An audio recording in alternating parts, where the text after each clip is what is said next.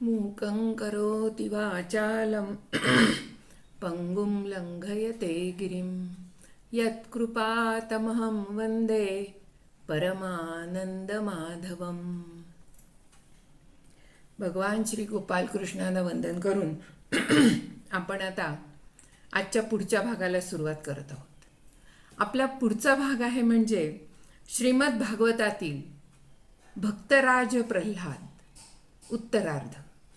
मागील भागात आपण पूर्वार्ध पाहिलेला आहे या कथेचाच. आता याचाच आपण उत्तरार्ध पाहणार आहोत. प्रल्हादाची कथा तसं म्हटलं तर आपल्या सर्वांना परिचित आहेच आहे.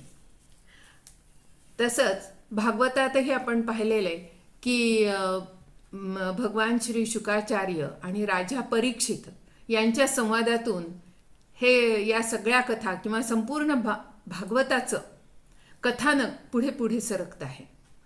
असंच एकदा राजा परीक्षितांनी श्री शुकमुनींना प्रश्न विचारला की चैदी देशाचा राजा शिशुपाल आणि त्याला तो मारला गेला, तर तो मारला गेल्यानंतर त्याच्या शरीरातून एक तेजस्वी ज्योत बाहेर पडली आणि ती कृष्णामध्ये विलीन झाली. हे कसं काय? तसं पाहिलं तर शिशुपाल हा श्रीकृष्णाचा जन्मापासून म्हटलं तर वैरी, हाडवैरी म्हणा फार तर वैरी होता. आणि त्याचं हे वैर फार वाढत गेलं की जेव्हा शिशुपालाचं रुक्मिणीशी लग्न होणार होतं ते मोडलं जाऊन श्रीकृष्णाशी विवाह झालं. त्यामुळे तर या आगीत, त्या शिशुपालाच्या आगीत, रागाच्या आगीत तेलच पडलं आणि त्यामुळे त्यांचं ते शत्रुत्व वैर हे टोकाला गेलं. मग असं जर आहे, शत्रूचं सुद्धा परमेश्वरामध्ये तो विलीन होतो, त्याला मोक्ष मिळतो, हे कसं काय? म्हणजे ही संगती कशी लावायची? हा नेमका राजा परीक्षिताचा प्रश्न आहे. आणि हा तसं म्हटलं तर प्रश्न सर्वांच्याच मनातला आहे. म्हणजे जे जे शत्रू होते, रावण सुद्धा मेल्यानंतर रामाशीच एकरूप झाला, हे कसं काय? हे सगळं का आणि कसं, हेच कथा, या कथेच्या माध्यमातून श्री शुकमुनी आपल्याला उत्तर देत आहेत. तर देवर्षी नारद शिशुपालाला कशी प्राप्त झाली हे सांगा. तर याविषयीची शुकमुनी कथा सांगतायत की देवर्षी नारदांच्या तोंडातून, त्यांच्या मुखातून ही कथा पुढे प्रवाहित होत जाते. युधिष्ठिरा, निंदा, स्तुती, सत्कार, तिरस्कार हे सगळे शरीराचे भाव आहेत. म्हणून तर म्हणू शकतो आपण की निंदा स्तुती सम हे करावं, होऊ शकतं. जयाजयो हे पण समान मानता येऊ शकतं, कारण हे सगळे भाव फक्त शरीराचे आहेत, आत्म्याचे नव्हे. म्हणून हे शरीराचे असतात. प्रकृती आणि पुरुषाविषयी विवेक न केल्यामुळे, आणि असं का घडतं तर याचं पुढचं कारण म्हणजे प्रकृती आणि पुरुष, माया आणि परब्रह्म यांच्यातला भेद याविषयी आपण विवेक न केल्यामुळे हे घडतं. विवेक करायचा म्हणजे काय? सत असत विवेक बुद्धी, म्हणजे सत काय आहे, असत काय आहे, हे याचा निर्णय देणारी बुद्धी म्हणजे सत्सद विवेक बुद्धी. मग असं जर आहे तर यातलं सत कोण आहे? प्रकृती आणि पुरुष किंवा माया आणि परब्रह्म यातलं सत काय आहे, असत काय आहे, हे नेमकेपणाने जाणून घेणं, त्याचा अर्थ नेमकेपणाने समजून घेणं म्हणजे खरं ज्ञान. किंवा मग या प्रश्नाचं नेमकं उत्तर आपल्याला मिळू शकतं. मग ही कथा सांगण्यासाठी किंवा हे तत्व पटवून देण्यासाठी देवर्षी नारद प्रल्हादाची गोष्ट सांगतायत. आता मागच्या भागामध्ये हिरण्यकश्यपूची खरी कथा होती. आता हिरण्यकश्यपूपेक्षा या कथेमध्ये प्राधान्य आहे ते प्रल्हादाला. प्रल्हाद आपल्या सवंगड्यांना भगवंतांच्या भक्तीचं महात्म्य पटवून देत होता. मागच्या भागातही आपण पाहिलं की तो मुलांबरोबर खेळायला जायचा नाही. रिकाम्या वेळामध्ये, म्हणजे इतर मुलं जेव्हा खेळायची तेव्हा हा परमेश्वराचं मनन, चिंतन, नामस्मरणच करत बसलेला असायचा. आणि मग एकदा अशीच मुलं त्याला बोलवत होती की चल रे आपण खेळूया. त्यावेळेस उलट तो त्यांना म्हणतो की तुम्हीच खेळू नका, या इथे मी तुम्हाला गोष्ट सांगतो. असं म्हणून त्यांनी त्या सगळ्या मुलांना बसवून घेतलं होतं. आणि मागच्या भागातही आपण पाहिलं होतं की तो परमात्म्याविषयी, परब्रह्माविषयी माहिती सांगतो आणि ते मिळवण्याचं म्हणजे भक्तीचा मार्ग सुलभ आणि सोपा म्हणजे नामस्मरण, नामसंकीर्तन, हे तो मागील भागामध्ये सांगताना आपण ऐकलेलं आहे. तर अशा प्रकारे तो पटवून देत असल्यामुळे हळूहळू त्याच्या मित्रांना सुद्धा परमात्म्याचं, परब्रह्माचं, परमेश्वराचं महात्म्य पटू लागलं, त्यांच्या भक्तीचं महात्म्य पटू लागलं. आणि ते देखील आपल्या गुरुजींकडे, गुरुजींच्या शिकवण्याकडे दुर्लक्ष करू लागले. त्यांचे गुरुजी कोण? तर शुक्राचार्य हे त्यांचे राजाचे राजपुरोहित. आणि त्यांची ही 2 मुलं, षंड आणि अमर्क, ही 2 मुलं म्हणजे ह्या मुख्य म्हणजे राजकुमार प्रल्हाद आणि इतर जी मुलं होती त्याच्याबरोबरची, यांना शिकवणारे गुरुजी. तर ह्या गुरुजींनी त्या राजवाड्याच्या जवळच आपला आश्रम स्थापन केला होता, अर्थात राजाच्या सांगण्यावरून. आणि त्याप्रमाणे त्याने शिकवायला सुरुवात केली होती. पण सगळेच मुलं हळूहळू त्यांच्या शिकवण्याकडे दुर्लक्ष करू लागले. त्यांनी, त्या गुरुजींनी ताबडतोब ही गोष्ट हिरण्यकश्यपूला म्हणजे आपल्या राजाला जाऊन सांगितली.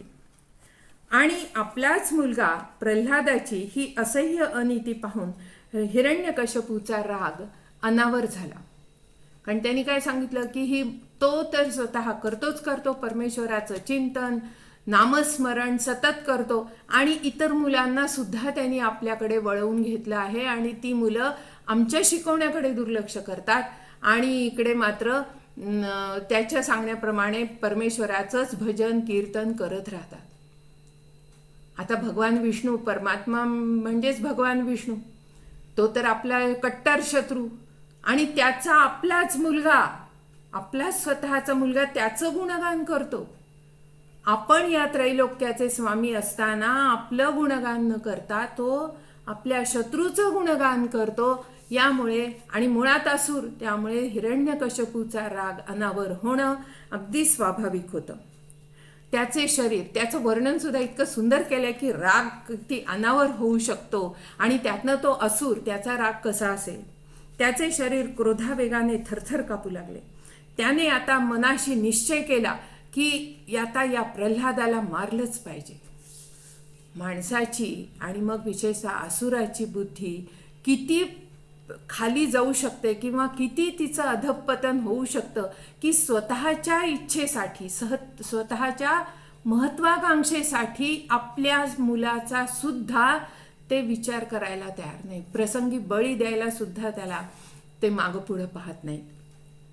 संतापून तो कठोर शब्दात प्रल्हादाला म्हणू लागला, मूर्खा, तू आपल्यात फूट पाडण्याचा प्रयत्न करतोयस, तू आपल्या शत्रूचं गुणगान करतोयस आणि ती मुलं आपल्याकडे वळवून घेतोयस. म्हणजे आपल्यामध्ये तू फूट पाडतोयस. म्हणजे तुम्ही सगळे देवाकडचे होणार, आम्ही सगळे असुरांच्याकडचे होणार, अशी तू फूट पाडतो आहेस. थांब, तुला आत्ताच्या आत्ता यमसदनाला पाठवतो. यावर प्रल्हाद हात जोडून शांतपणे म्हणला. खरं तर एखादा मुलगा असता तर घाबरला असता की बापरे, आता आपले वडील आपल्याला मारणार का.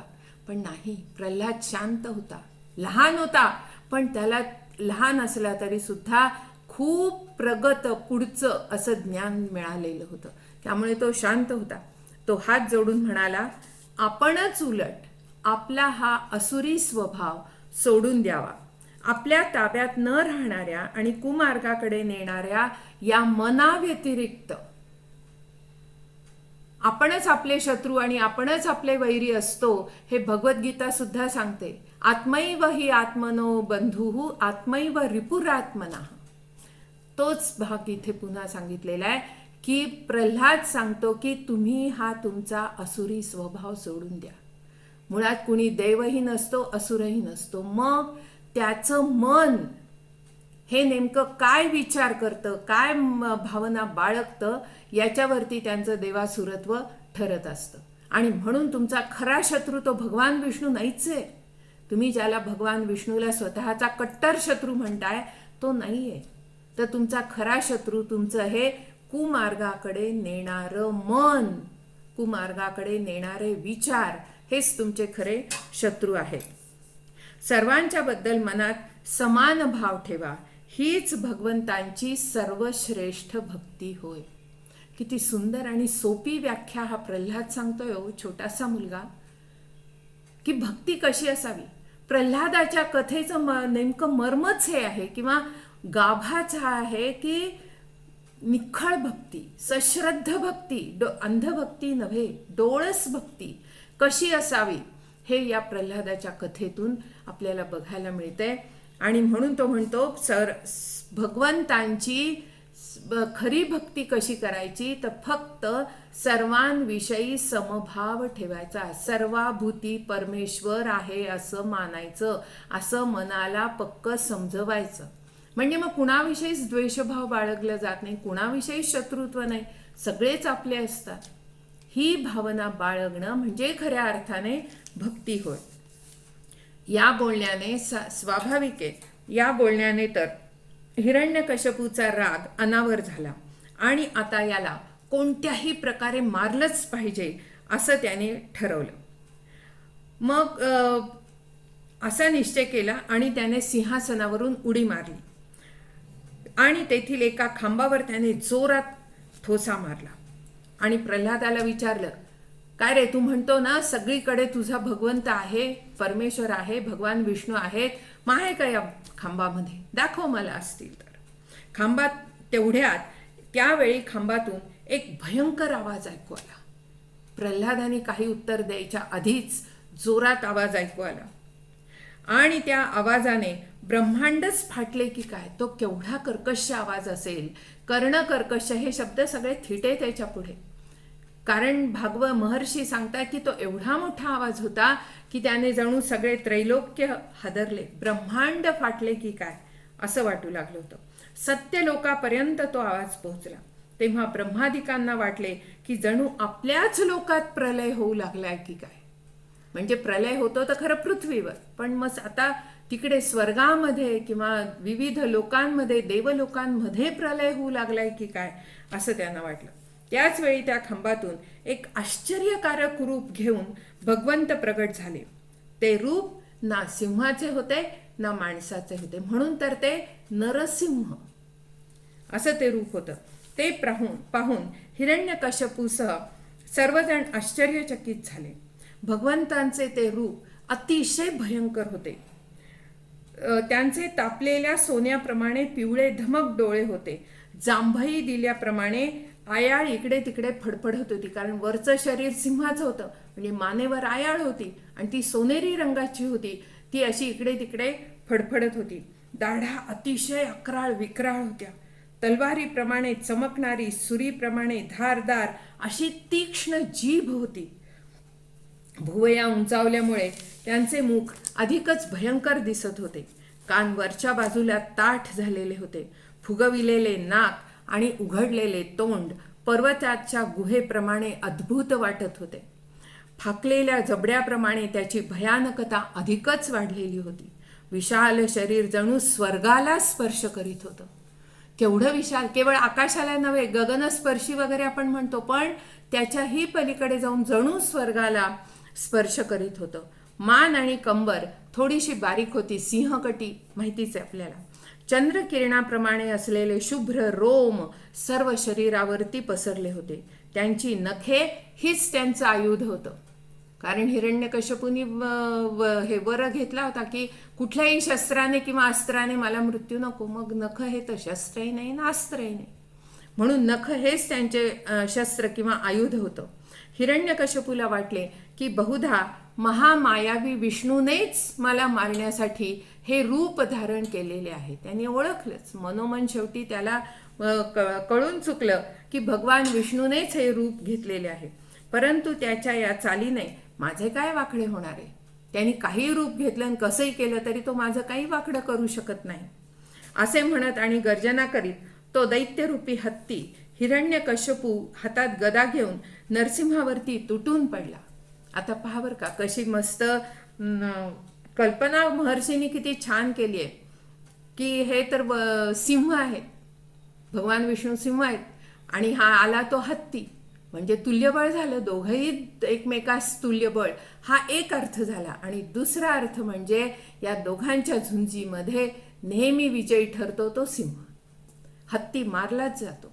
म्हणजे हिरण्यकश्यपूचा मृत्यू आता जवळ आलेला आहे, हे सुद्धा या उपमेतनं किंवा या दृष्टांतातनं महर्षींनी किती छान सूचित केलेलं आहे, बघता येईल आपल्याला. परंतु तो दैत्यरूपी हत्ती हिरण्यकश्यपूच्या हातात गदा घेऊन नरसिंहावरती तुटून पडला. परंतु पतंग जसा आगीत उडी घ्यावी त्याने आणि तो सहजगत्या नष्ट व्हावा. आता पतंग त्या अग्नीला किती विरोध करू शकेल? उलट विरोध नाहीच करू शकत. एका झेपेत तो क्षणाचाही म्हणजे निमिषार्धात तो नष्ट होतो. म्हणून पतंगाची पुन्हा इथे दिलेली उपमा किती औचित्यपूर्ण आहे हे आपल्याला बघता येतं. अदृश्य होतो तो तसा तो दैत्य भगवंतांच्या तेजामध्ये नाहीसा झाला. भगवंतांनी आपलं इतकं प्रखर तेज वाढवलं की पतंग जसा अग्नीत नष्ट व्हावा सहजगत्या, त्याच तेवढ्या तशा प्रकारे तो हिरण्यकश्यपू त्या तेजामध्ये दिसेनासा झाला. हिरण्यकश्यपू आणि नृसिंह एकमेकांना भिडले. हिरण्यकश्यपूने गदा भिरकावून दिली आणि त्याने ढाल तलवारीने वार करायला सुरुवात केली. तो असे काही पवित्रे बदलत होता, म्हणजे युद्धात सुद्धा त्याचं कौशल्य, द्वंद्व युद्धात सुद्धा हिरण्यकश्यपूचं कौशल्य वाखाणण्याजोगं होतं, हे यातनं सूचित होतंय की तो असे काही पवित्रे, अशा काही चाली आपल्या बदलत होता की पाहणाऱ्यांचा थरकाप व्हावा. तेव्हा भगवंतांनी प्रचंड गडगडाटी हास्य केले. त्यामुळे हिरण्यकश्यपूने तर डोळेच मिटले. तेव्हा भगवंतांनी वेगाने त्याच्यावर झडप घातली. म्हणजे क्षणभर, निमिषार्ध त्यांनी त्याला गाफील केलं आणि तेवढ्याच वेळामध्ये तेवढीच वेळ साधून बरोबर त्याला पकडलं. हिरण्यकश्यपू त्यांच्या हातातून निसटण्यासाठी धडपडू लागला. तेव्हा भगवान त्याला दरवाजात ओढत घेऊन गेले. कारण त्यांनी सांगितलं होतं कुठलीच जागा नको मला, पृथ्वी नको, हे नको, ते नको. मग दरवाजा म्हणजे ना पृथ्वी, न आत न बाहेर, हेही त्याचं मागणं होतं. मग दोन्ही नाही, आतही नाही बाहेरही नाही, म्हणून त्यांनी दरवाजाच्या उंबऱ्या म्हणजे पर्यंत त्याला फरफटत नेलं आणि तेथे मांडीवर घेऊन त्यांनी त्याचे पोट फाडले. भगवान नरसिंहाच्या आयाळीच्या फटकाऱ्याने ढग इतस्ततः विखुरले गेले. त्यांच्या तेजापुढे आकाशातील ग्रह ताऱ्यांचे तेज फिके वाटू लागले. त्यांच्या आयाळीला धडकून देवतांची विमाने सुद्धा हेलकावू लागली, डळमळू लागली. आपल्या पायांच्या धक्क्याने भूकंप होऊ लागले. त्यांच्या श्वासाच्या जोराने समुद्र खवळले आणि सिंहनादाने भयभीत होऊन हत्ती चित्कार करू लागले. वेगाने पर्वत उडू लागले. भगवंतांच्या तेजामुळे आकाश आणि दिशा दिसेनाशा झाल्या. त्यांच्या या उग्र रूपापुढे कोणी जाऊ धजत नव्हते. स्वर्गात जेव्हा देवतांना समजले की भगवंतांनी त्यांच्या शत्रूला ठार मारले आहे, तेव्हा त्या आकाशातून भगवंतांवरती सगळ्या देवदेवता पुष्पवृष्टी करू लागल्या. हे वर्णन सुद्धा इतकं सुंदर आहे ना, मुळातनं वाचण्यासारखं, की शब्दशः शब्दचित्र आपल्या डोळ्यासमोर उभं राहतं की असं वाटतं खरोखर आत्ता तो नरसिंहाचा वध होतो आहे, ते प्रत्यक्ष त्या महालामध्ये आपण उभे आहोत आणि सगळं आपल्या डोळ्यांनी समक्ष पाहतो आहोत. इतकं हे अप्रतिम वर्णन आहे. सर्व देवदेवता आणि अन्य अनेक जण तेथे आले. भगवंत त्यावेळी सिंहासनावरती विराजमान झालेले होते. सर्वजण त्यांची स्तुती करू लागले. त्यात ब्रह्मदेव, रुद्र, इंद्र, ऋषी, पितर, सिद्ध, विद्याधर, नाग, मनु, प्रजापती, गंध वगैरे सगळेच होते. देवर्षी नारद पुढे सांगू लागले, राजा युधिष्ठिरा, श्री नरसिंहाच्या क्रोधावेशामुळे ब्रह्मदेव, शंकर वगैरे प्रमुख देव सुद्धा त्यांच्याजवळ जाऊ धजत नव्हते. त्यांचा राग आणि त्याच्यामुळे फाकलेलं त्यांचं तेज इतकं ते असह्य होतं की ब्रह्मदेव आणि शंकर सुद्धा त्यांच्या समोर जाऊ शकत नव्हते. भगवंतांचे असे रूप त्यांनी यापूर्वी कधीच पाहिले नव्हते. मग तेव्हा त्यांनी लक्ष्मींना विनंती केली, ब्रह्मदेवांनी, की माते तुम्ही तरी जाऊन बघा, तुमच्यामुळे ते शांत होतील, त्यांचं तेज आवर्त घेतील. आता हे तेज असह्य झाले सगळ्यांना, या तेजामध्ये सगळेजण होरपळत आहेत. लक्ष्मीने पाहिलं तर त्यांचं ते 11 विकळा रूप पाहून त्याच घाबरल्या स्वतः. त्यामुळे मी तर हे त्यांचं रूप कधीच पाहिलेलं नाही, माझ्या कल्पनेच्या पलीकडचं आहे, मी नाही बाबा त्यांच्यासमोर जाऊ शकत, जाऊ धजतच नाही, कारण त्यामुळे तर ते शांत होतील याची सुद्धा मला खात्री वाटत नाही. मग शेवटी ब्रह्मदेव प्रल्हादालाच म्हणाले, बाळा, भगवंत तुझ्या पित्यावर कोपलेले होते, तेव्हा तूच आता त्यांचा राग शांत कर. वाक्य एकच आहे, पण या वाक्यामध्ये आशय मात्र किती लपलेला आहे बघा. म्हणजे या वाक्याला अशी असंख्य, म्हणजे किंबहुना सगळीच वाक्य आशय घन आहेत. साहित्यातला हा जो गुण आहे किंवा अर्थ गौरव किंवा आशय घन, अशी ही वाक्य आहेत. आता या वाक्यात काय, प्रल्हादा बाळा, तुझ्या पित्याच्या रागामुळे भगवंतांनी आपला राग एवढा वाढवलाय, तर तेव्हा तूच आता शांत कर. म्हणजे तुझ्या पित्यासाठी हे भगवंत आलेले, तेव्हा त्यांना शांत करण्याची जबाबदारी तुझी. हा एक भाग झाला. आणि दुसरा भाग म्हणजे तूच त्यांचा खरा भक्त आहेस. तुझ्यासाठी, तुझ्या रक्षणासाठी भगवंतांनी एवढं उग्र रूप धारण केलेलं आहे. आता त्यांचं हे उग्र रूप कुणीच शांत करू शकत नाही, तेव्हा तूच आता त्यांचं हे उग्र रूप शांत कर. भगवंत, प्रल्हाद तर एकदम निर्भय होता, त्याला काहीच वाटलं नाही. तो म्हणला ठीक आहे, मी जातो. तो गेला, भगवंतांच्या समोर जाऊन उभा राहिला, हात जोडून तो त्यांची स्तुती करू लागला. मग त्यामुळे भगवंतांचा राग हळू त्या प्रल्हादाला समोर पाहिल्यामुळे आणि भगवंत हे प्रल्हाद भगवंतांची स्तुती करू लागल्यामुळे हळूहळू त्यांचा राग शांत झाला. तेव्हा शांत झाल्याचे पाहून त्याच क्षणी शिवाय प्रल्हादाला परमतत्वाचाही साक्षात्कार झाला. त्याचे शरीर पुलकित झाले, हृदयामध्ये प्रेमधारा आणि डोळ्यातून आनंदाश्रूंच्या धारा वाहू लागल्या. प्रल्हाद भावपूर्ण हृदयाने आणि अनिमिष नेत्राने भगवंतांना पाहत होता. भाव समाधीत एकाग्र होता. तो गदगदलेल्या आवाजात पुन्हा भगवंतांची स्तुती करू लागला.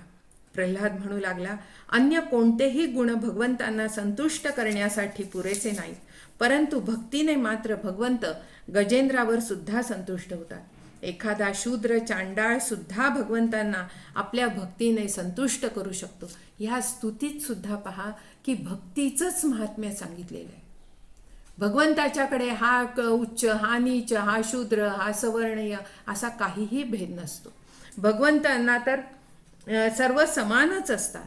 जे कोणी म्हणजे मनुष्यच नव्हे, कोणीही प्राणी मात्र त्यांच्यावरती मनापासून भक्ती करतात, तो त्यांचा होतो, तो त्यांचा परमभक्त होऊ शकतो, भक्तीने संतुष्ट करू शकतो. एवढेच काय, पण आपले कुलही उद्धारू शकतो. भगवंत त्याच्या हितासाठीच त्याने केलेल्या पूजेचा स्वीकार करतात. जसे आपल्या मुखाचे सौंदर्य आरशात दिसणाऱ्या प्रतिबिंबालाही सुंदर बनवते, तसेच भक्त भगवंतांचा जो सन्मान करतो तो त्यालाच परत करतो. किती सुंदर उपमा आहे पहा, की आपण आरशामध्ये जेव्हा आपलं प्रतिबिंब पाहतो, आपण काय देतो? समजा एक अलंकार दिला, आपण घातला, तर ते प्रतिबिंब आपल्यालाच तो अलंकार घालतो पुन्हा. तसं भक्ती परमेश्वराला भक्तीने जे अर्पण करतो आपण, ते ती पुन्हा त्या भक्ताला परत देत असते. केवढी सुंदर आणि औचित्यपूर्ण उपमा आहे हे बघा. एवढेच नव्हे तर या उपमेने भगवत भक्तीचे सामर्थ्य आणि महात्म्य नेमकेपणाने सांगितलेले आहे. म्हणजे भक्ती म्हणजे काय, भक्ती करताना परमेश्वराला द्यायचं म्हणजे काय, घ्यायचं म्हणजे काय, हे सुद्धा महर्षींनी किती साध्या सोप्या दृष्टांतांनी, उपमांनी, अलंकारांनी दाखवून दिलेलं आहे. प्रल्हाद पुढे म्हणतो, हे प्रभो, आपण उत्तमोत्तम अवतार धारण करून या जगाचे कल्याण आणि अभ्युदय व्हावा, तसेच त्यांना आत्मानंद प्राप्त व्हावा म्हणून अनेक प्रकारच्या लीला करीत असता. आपण असुराला मारले, आता आपला क्रोध आपण शांत करावा. हे नृसिंहदेवा, भयापासून मुक्त होण्यासाठी भक्तजन आपल्या या स्वरूपाचे स्मरण करतील. हे नृसिंहदेवा, या जगातील दुःखी लोकांची दुःख नाहीसे करण्याचे जे उपाय मानले जातात ते भगवंतांची उपेक्षा करून त्यांना वगळून केले तर ते तात्पुरतेच असतात. मग जसे आई वडील मुलाचे रक्षण खऱ्या अर्थाने करू शकत नाहीत, औषध रोग खऱ्या अर्थाने बरा करू शकत नाही, समुद्रात बुडणाऱ्याला खऱ्या अर्थाने नाव वाचवू शकत नाही, हे प्रभो, या अवतारांच्या द्वारे आपण प्रत्येक युगामध्ये युगधर्माचे रक्षण करीत असता. कलियुगात आपण गुप्त रूपाने राहता म्हणून आपले हे एक नाव त्रियुग असे म्हटले गेलेले आहे. हे दीनानाथा, अज्ञानी जीवांनाच महापुरुषांच्या अनुग्रहाची आवश्यकता असते. आपल्या भक्तांच्या, आम्हा तर आपण नित्य जवळ असता, किंवा आपल्या भक्तीची पुन्हा वेगळी भक्ती काही करावी याची गरजच काय, कारण तुम्ही सतत तर आमच्या जवळच असता. हे देवा, मुनी तर तपश्चर्या वगैरे करून स्वतःसाठी मुक्ती मिळवतात, परंतु ते दुसऱ्यांच्या भल्यासाठी प्रयत्न करीत नाहीत. आणि या दिशाहीन भरकटणाऱ्या प्राण्यांना आपल्याखेरीज दुसऱ्या कोणाचाही आश्रय नाही. हे पुरुषोत्तमा, मौन, ब्रह्मचर्य, शास्त्रश्रवण, तपश्चर्या, स्वाध्याय, स्वधर्म पालन,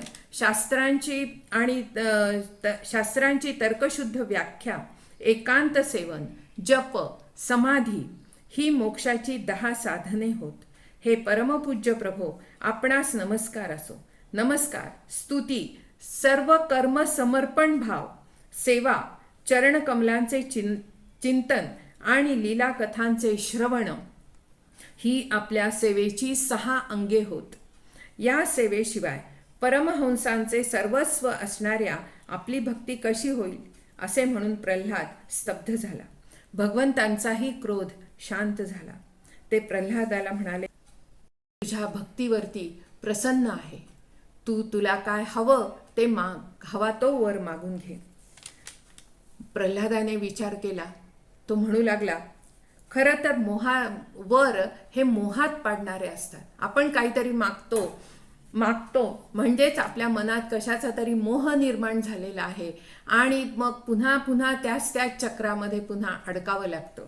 म्हणून प्रल्हादाला भगवंतानी वर देऊ केला, पण तरीही तो फारसा घेण्यास उत्सुक नव्हता. इथेच आपल्याला पुन्हा एकदा म्हणता येतं की प्रल्हाद वयोवृद्ध फक्त नव्हता, तो ज्ञानवृद्ध होता आणि तपोवृद्ध तर होताच होता. हे सर्व वर या भक्तीमध्ये विघ्न आणणारे आहेत असा तो विचार करत होता. देवर्षी नारद पुढे सांगू लागले, प्रल्हाद भगवंतांना म्हणाला, भगवंत, त्या भोगांच्या संघाला भिवून आणि त्यांचा वीट येऊन मुक्तीच्या अभिलाषेनेच मी आपणाला शरण आलो आहे. पण आपण वर देऊच इच्छिता तर माझ्या 2 इच्छा आपण पूर्ण कराव्यात. एक म्हणजे माझ्या मनामध्ये पुन्हा कोणत्याही कामनेचं, वरच काय पण कोणत्याही कामनेचं बीजच अंकुरित होऊ नये. आणि दुसरा वर म्हणजे माझे वडील जे आत्ता त्यांचा अंत झालेला आहे तर त्यांना परमगती प्राप्त व्हावी. म्हणजे पहा, तो छोटासा बाळ, जे वडील त्याला मारायला निघाले होते, तोच म्हणतो माझ्या वडिलांना परमगती मिळावी. किती आश्चर्य आहे बघा. म्हणजे सृष्ट आणि दुष्ट ही जी द्वंद्व आहे ती तर जगाच्या अंतापर्यंत चालणारच आहेत. फक्त त्यांचं प्रमाण, त्यांची तीव्रता याच्यावरती चांगलं वाईट वगैरे सगळं ठरत असतं. मग त्यानंतर नरसिंह म्हणाले, तुझ्यासारखे अनन्य भक्त या किंवा परलोकातील कोणत्याही वस्तूची कधीही इच्छा करीत नाहीत. तरीही 1 मन्वंतरापर्यंत तू दैत्याधिपतींचे सर्व विषय भोग. तू आपल्या हृदयात माझी स्थापना कर आणि तुला प्रिय असणाऱ्या माझ्या कथा ऐकत माझीच आराधना कर आणि अशा प्रकारे प्रारब्ध कर्मांचा क्षय कर. त्याप्रमाणे त्यानंतर सर्व अंत्यसंस्कार त्या हिरण्यकश्यपूचे झाले आणि त्यानंतर या प्रल्हादाला राज्याभिषेक झाला. भगवंतांचा क्रोध शांत झालेला पाहून ब्रह्मदेव सुद्धा त्यांची स्तुती करू लागले. ब्रह्मदेवांचे बोलणे झाल्यावर भगवान नरसिंह म्हणाले, ब्रह्मदेवा, आपण दैत्यांना असा वर देऊ नका. फार महत्वाची सूचना आहे बरं का, की तुम्ही वर देता आणि नंतर ते निस्तरत बसावं लागतं सगळ्यांना, आणि निस्तरण्याच्या आधी सगळ्यांना त्याचे परिणाम भोगावे लागतात.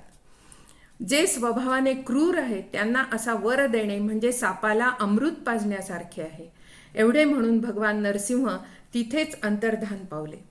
अशा प्रकारे भगवंतांचे दोन्हीही पार्षद जय आणि विजय यांचा पहिल्या असुर योनीतील जन्माचा अंत झाला. सनकादिक मुनींच्या शापानुसार पुन्हा ते रामावतारात रावण आणि कुंभकर्ण झाले. यावेळेसही भगवंतांचे स्मरण करीतच त्यांचा अंत झाला होता. या युगामध्ये आता पुढील युगात शिशुपाल आणि दंतवक्त्राच्या रूपाने ते जन्माला आले आहेत आणि भगवंतांशी वैर करीतच आहेत.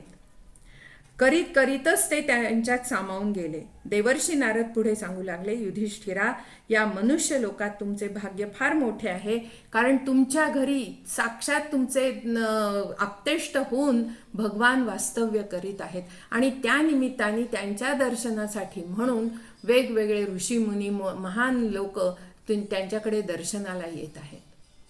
अशी ही कथा, प्रल्हादाची कथा आपल्याला भक्तीचं निखळ आणि स्वच्छ रूप समजावून देत आहे. धन्यवाद.